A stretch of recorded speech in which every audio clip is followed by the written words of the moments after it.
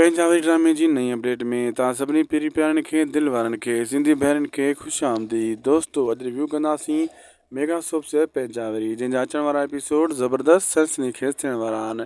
हिकु त तव्हांखे मां ॿुधाईंदो हलां दोस्तो, हीउ जेको आहे पंजाबी ड्रामे जा जेका एपिसोड अचण वारा आहिनि उन्हनि में तव्हां ॾिठो त जीअं पोइनि किस्तनि में सिकू कंहिंजो साथ ॾेई रहियो आहे चाकर जो, ऐं जाबर परेशान आहे, हसीना परेशान आहे। जाबर हसीना खे सॼी कहाणी ॿुधाई त सिकू कीअं असां खां परे भॼी वियो आहे, तुंहिंजे भाउ जा रुंडे जा कम आहिनि, उन असां खां पाण ॾे पटियो आहे रिश्ता करे, पर सिकू असांजे हथ में नथो अचे। हू चाकर सां वञी मिलियो आहे, हाणे इन रुंडे खे चओ त इन खे रोके।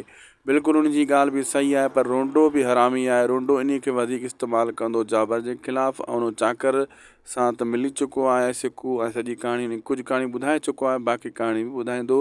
उन खां पहिरियां जाबर उन खे गुम करण जी कोशिशि कंदो। बहरहाल हेॾां हसीना खे बि सम्झाइण रोकण टोकण वारी माई चाकर खान जी घर वारी अची चुकी आहे, जेका हसीना खे लगाम विझी सघे थी। ऐं हसीना खे अंदाज़ो लॻी वियो आहे त मुंहिंजो दाणो पाणी तमामु जल्द हिन हवेली मां ख़तमु थियण वारो आहे। चवण जो मक़सदु इहो आहे त हाणे ड्रामो दिलचस्प थी चुको आहे ऐं ज़बरदस्त थींदो, ऐं अॻिते बि बहितरीनु थींदो ऐं धमाकेदार थींदो वेंदो। दोस्तो अॼु जो वीडियो पोइ पंहिंजी पुॼाणी अथई, शायदि को सो ब्लॉग यूट्यूब चैनल खे ज़रूरु सब्सक्राइब लाइक शेयर कंदा।